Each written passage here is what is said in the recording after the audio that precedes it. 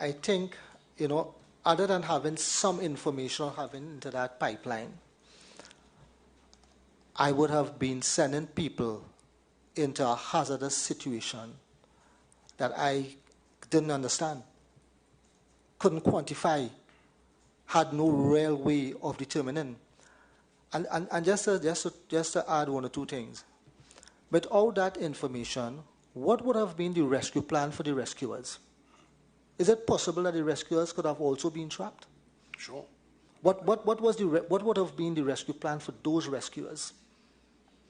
Now, all perfectly reasonable questions, if I may say so, and I'm certainly not criticising you for having that in your mind. A couple of things arise from that. Go ahead. First of all, there is a distinction, do you agree, between sending someone into a pipeline and permitting it? Between sending someone into a pipeline ordering and it. permitting it.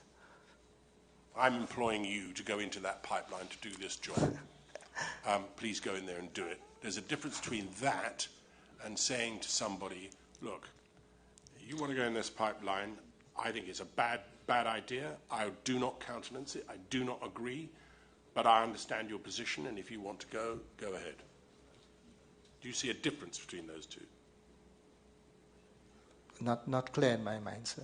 You don't see a difference? No, I'm not clear in my mind at all. Do you think it makes any difference that the persons who might have been prepared to go into the pipeline were either relatives of those that were in there and or close associates of those who were in there and or have an understanding of the hazardous nature of the work that they do and would want people to do what they were prepared to do to rescue them if they were in that situation?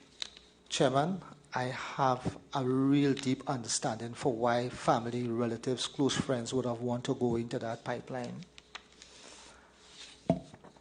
But in my view, whether permitting or sending somebody into a situation where I had no information or incomplete, almost no information of what was in that pipeline into a hazardous situation that I could not quantify, I don't see a difference. To me, I'd still be sending people into a situation that I just didn't. I had rescuers also. A perfectly reasonable approach, if I may say so. I'm not criticising you. I just want to understand whether you saw a difference between the two. Dealing with the second part of what I wanted to ask you about then is this, is you've been asked already about a timeline and you've given some evidence about that. You would appreciate, wouldn't you, that the longer the period of time between Mr. Boudram coming out of that pipe and you are effecting any kind of rescue was going to be affected by the likelihood of them being alive, continuing to be alive. So, in other words, if there were a clear plan that you could have approved the minute Mr. Boudram came out of the pipe, the likelihood of rescuing people who were still alive was high. Yes. It was probably higher than more time passed it, yes. As each hour passed by, that changed, didn't it? Yeah. You'd agree? Yes. Right.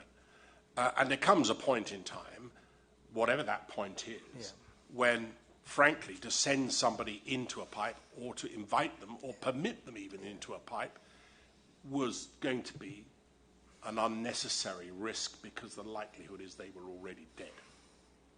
Isn't it? Yes. Right. So what I want to ask you is this. If you had, as Mr. Maharaj has suggested, some sort of timeline, did you on your board, a bit like the whiteboard we have behind us here, and as you had in your IMT, put up a sort of timeline and say, right, hour one, this needs to happen, hour two, this needs to happen, so that you could measure the things that were being proposed in the IMT against the likelihood of them still being alive? Chairman, I would say that that is one element of the rescue plan, right? Quite an important one, though, isn't it? An important element, but there's also an element, there's also an ethical element here that had to be considered. Ethical? Yes. Because, as I said, sending people into an unknown situation where the risks were unknown, right? We never had an incident before. None of these people had practice in diving into pipelines in situations like this. We still, at some point in time, was not clear on the incident. We didn't have a rescue plan to rescue the rescuer. The ethical decision is, how much risk do I take with the life of the rescuer? How do I sit and make that decision? How much risk do I take with that?